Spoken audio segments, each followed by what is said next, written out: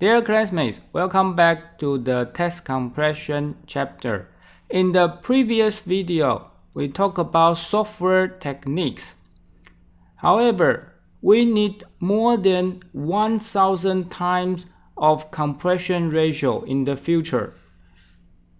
Software techniques alone is not good enough to achieve such a high compression ratio. So, in this video, we are going to talk about hardware techniques. We will focus on test stimulus compression in this video. In the next video, we will then talk about test response compression techniques. Remember, in chapter 14, we show some real BIST data. This slide compares a traditional ATPG test solution with a built-in self-test solution. Apparently, built-in self-test require very low test data volume. However, the BIST fault coverage is not as good as ATPG fault coverage, and the BIST does not always save test time. This slide compares three compression techniques. On the left extreme, we have the pure BIST solution. The advantages are low-cost ATE and zero test data volume. However, BIST fault coverage is low, and we don't save test time. On the right extreme, we have the traditional ATPG and ATE solution, where we require very expensive ATE and the test data volume is very large.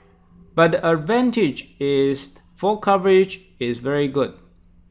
Unfortunately, we cannot save test time. So now we have a solution in the middle where we have on-chip DFT for hardware test compression. This solution has all the advantages, including low-cost ATE, small test data volume, high fault coverage, and also it can reduce our test time. So, hardware test compression has advantage of both BIST and traditional ATE technique. So, it is now a very popular technique in modern IC design. Traditionally, we need a very large ATE to apply very large volume of test data using many test channels. And we also collect the CUT response back to the ATE. The number n is very large, so the communication between ATE and the CUT is very expensive.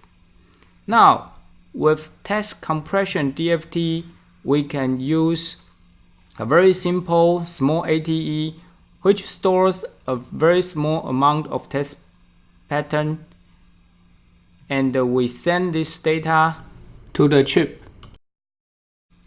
On the chip, we have a decompression circuit that decompresses this small amount of data into a large amount of original test data. On the output side, we have an on-chip compressor which compresses the CUT response and send it back to the ATE. Because M is much smaller than N, so we can save a lot of cost in ATE and CUT communication. Now we will introduce three types of hardware test stimulus compression in this video. The first one is code-based scheme, and the second one is linear compressor-based scheme, and the third one is broadcast scan-based scheme. Under the code-based scheme, we will introduce dictionary code and Huffman Code, which were invented in 2002 and 2003 respectively. The idea of dictionary code compression is we can translate a simple into a code word. Typically, the number of bits in the code word is much smaller than the number of bits in a symbol. For example, for this simple dictionary, the number of bits in the code word is 2, and the number of bits in the symbol is 4. So we use 2 bits to represent the data of 4 bits. In this way, we can achieve data compression. As is shown in figure 6.3 in our textbook. Suppose we have B bits coming from the tester. After the dictionary, we will translate this into a scan slice of N bits, where a scan slice means a vertical column of scan chain input. The compression ratio of this technique is equal to N over B, which is the original data divided by compressed data. For example, if we apply this technique, then N is 4, B is 2, so the compression ratio is 2. The dictionary code compression is called fix-to-fix compression technique because the original data is coming at the fixed rate and the compressed data is coming out at the fixed rate.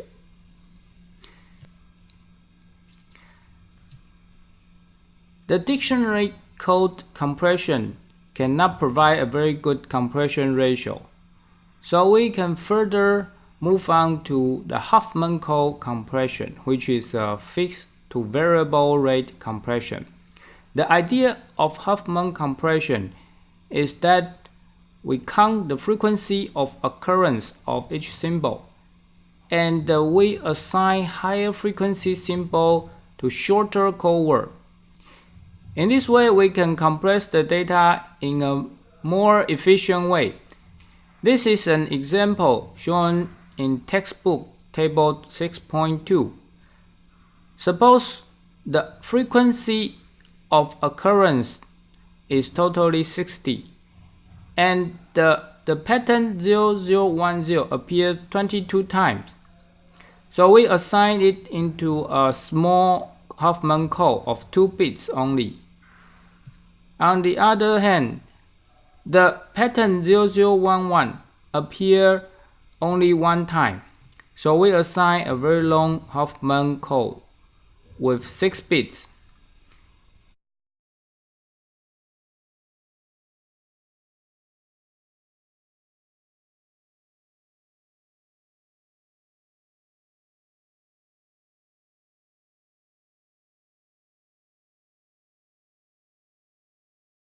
And the result is shown here. We can see that in this figure, Huffman Code effectively compressed the original data. So how can we obtain the Huffman Code? We can use a greedy algorithm to construct a Huffman tree. The idea is that we can merge 2 lowest frequency symbols as one node. For example, S11 and S12, they are 2 lowest frequency symbols, so they are merged into one node. In this tree, the numbers in the node represent the frequency of occurrence. Similarly, S9 and S10 are merged into one node, and these 2 nodes are merged into a bigger node of total frequency of occurrence of 4. We can gradually construct this tree from the bottom up. On the top of the root, we have a total frequency of appearance, which is 60. On the right hand side, we show the pseudocode of Huffman compression. If you want to know more detail, please see the textbook. It has been proven that the Huffman code is optimum prefix code. Now, it's time for you to work on a quiz. Given this Huffman code, where the pattern 000 appears 6 times and the pattern 1010 appears only 1 time, please calculate the compression ratio of this Huffman code. Now please pause the video and do the calculation.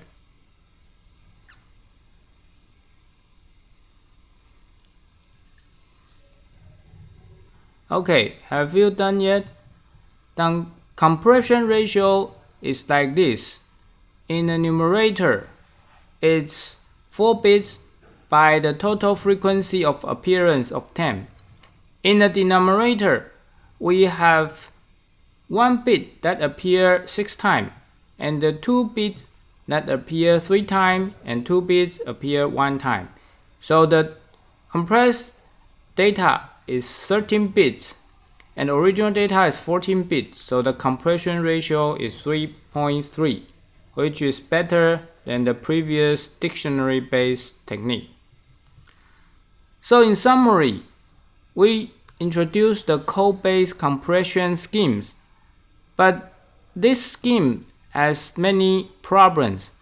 First of all, the dictionary technique requires a very large area overhead to store the dictionary, which is not a very good solution.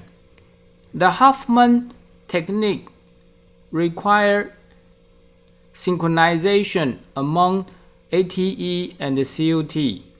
Typically, ATE sends data at fixed rate, but the Huffman technique requires variable rate.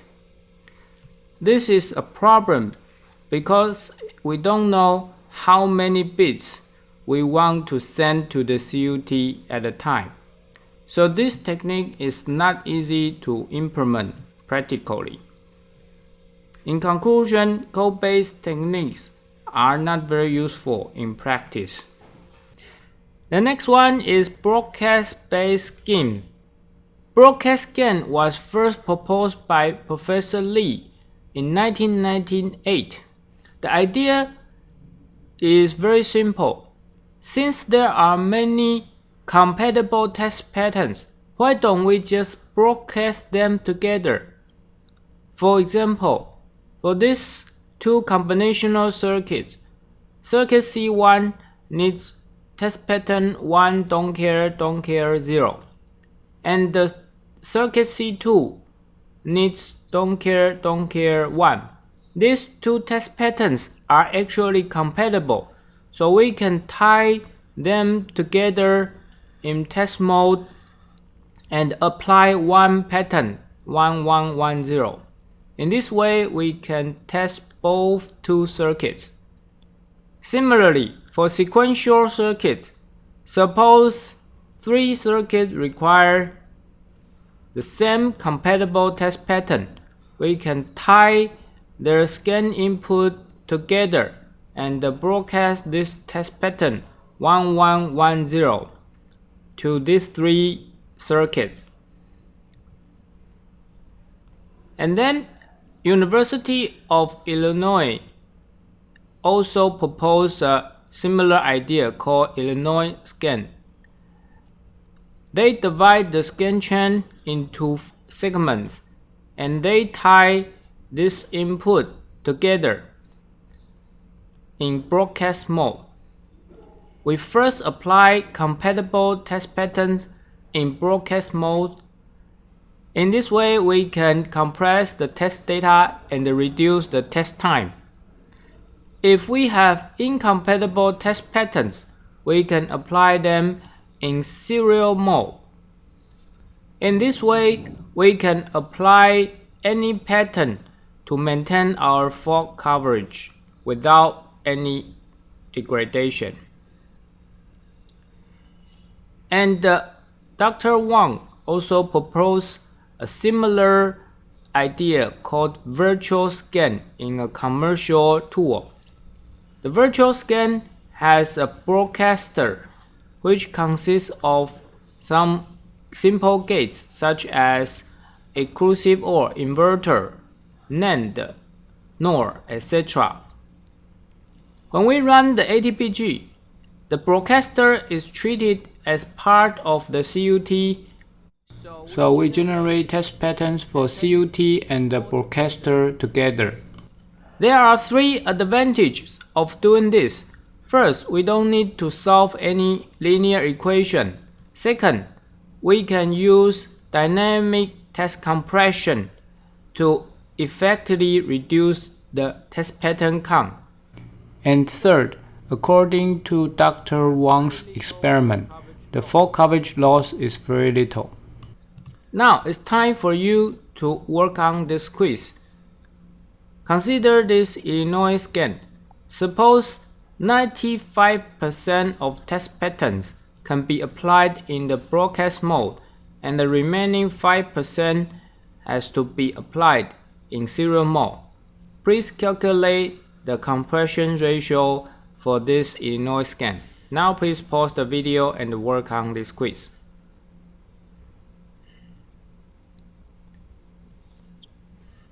Okay, are you ready for the answer?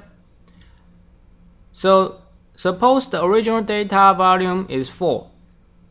If we apply the broadcast mode for 95% of the test pattern and the serial mode for the remaining 5%, then the compression ratio is almost 3.48. Have you got it correctly? So the broadcast scan looks like a very smart idea. But there is one problem. How can we broadcast those incompatible test patterns? For example, in this case, channel 2 and channel 6 are compatible in some test patterns, but unfortunately, they are incompatible for some other test patterns. For example, due to the conflict in the middle, scan chain 2 and the scan chain 6 are incompatible. So now, if we want to broadcast test pattern to scan chain 2 and the 6, then we have some conflict. What can we do? We can have a reconfigurable broadcaster.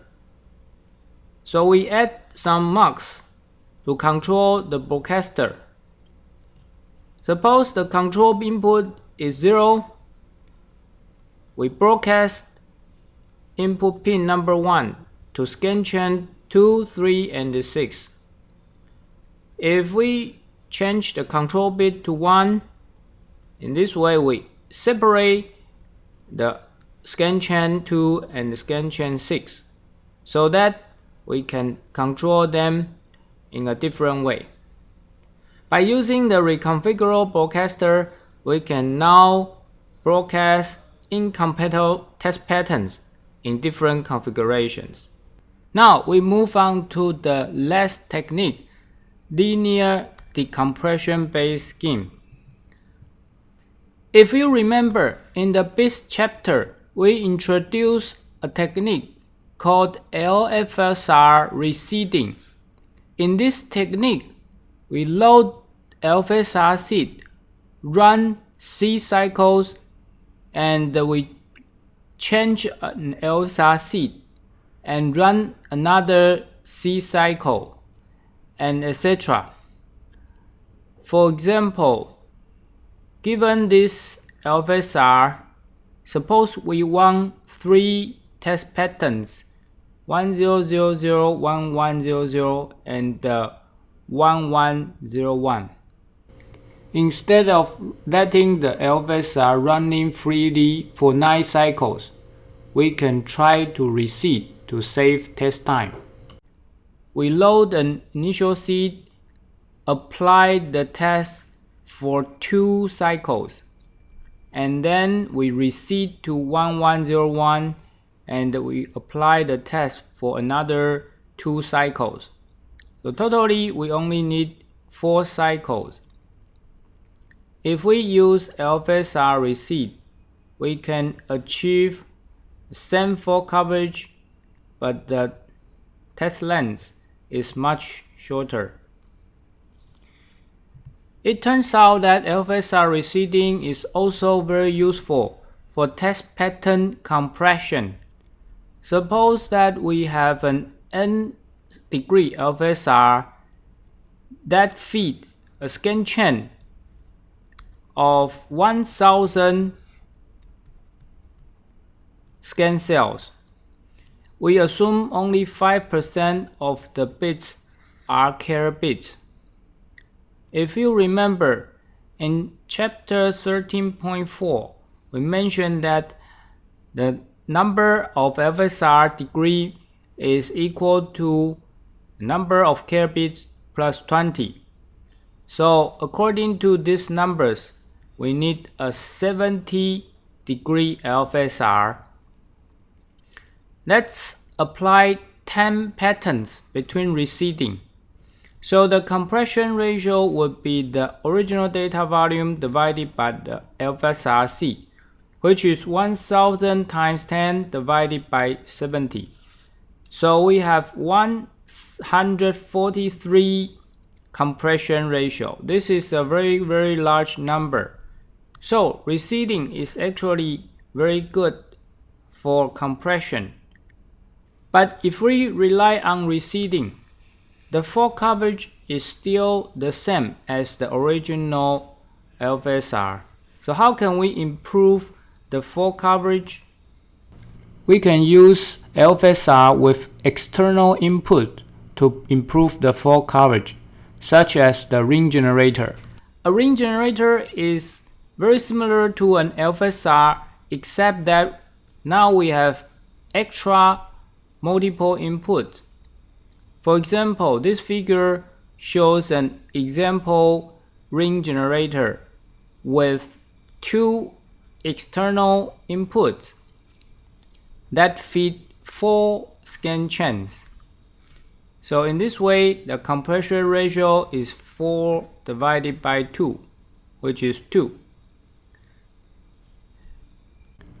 We can run the ATPG on the CUT to obtain a test pattern of 12 specified bits that correspond to 12 linear equations in the linear system.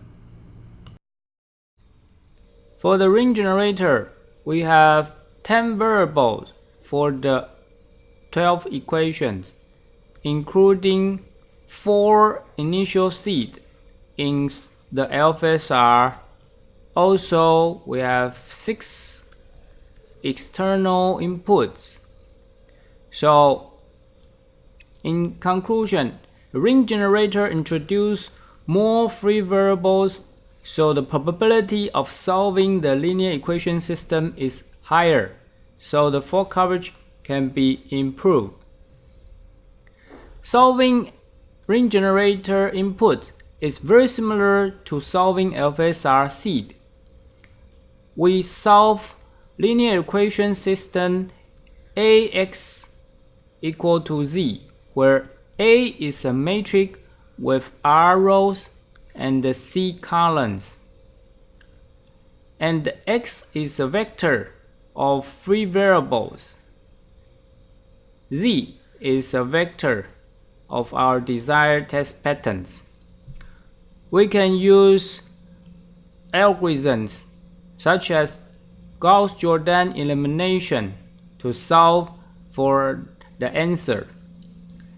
The complexity of Gauss-Jordan elimination algorithm is OCR squared, which can be solved in polynomial time. The picture shows 2 examples of solving a linear equation system using Gauss-Jordan elimination. Sometimes we are lucky, we can find a solution successfully. But sometimes we are not so lucky. We cannot find the solution. So what can we do if we find no solution to the ring generator? We have several remedies. First, we can bypass the decompressor. We directly apply the test pattern. This would increase the data volume. The second remedy is that we can rerun ADPG. We change our test pattern. This would increase our runtime. The third remedy is that we can redesign our linear decompressor. We increase the number of free variables. And the last solution is a phase shifter. We can inject a phase shifter between the ring generator and our CUT so that we can shift the phase of the output.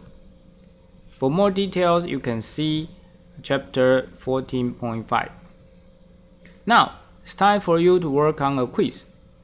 Given this ring generator with 5 inputs and 100 output, what is the compression ratio? Please pause the video and work on this quiz. Okay. Have you got it? Answer is easy. Compression ratio is equal to 100 divided by 5, which is 20. In summary, in this video, we introduce several hardware test stimulus compression techniques. The first technique is code-based scheme, including dictionary code and the Huffman Code. Unfortunately, they are not very useful in practice. The second technique is broadcast-based schemes. They are very simple and effective. However, it's hard to handle incompatible test patterns. The last one is linear compressor-based scheme. They provide very good compression ratio, and in fact, it is the most widely used technique in modern IC. Before we end this video, we have one interesting FFT for you. We already know that ring generator has very good compression ratio. So, can we use it to reduce test time? Please think about it.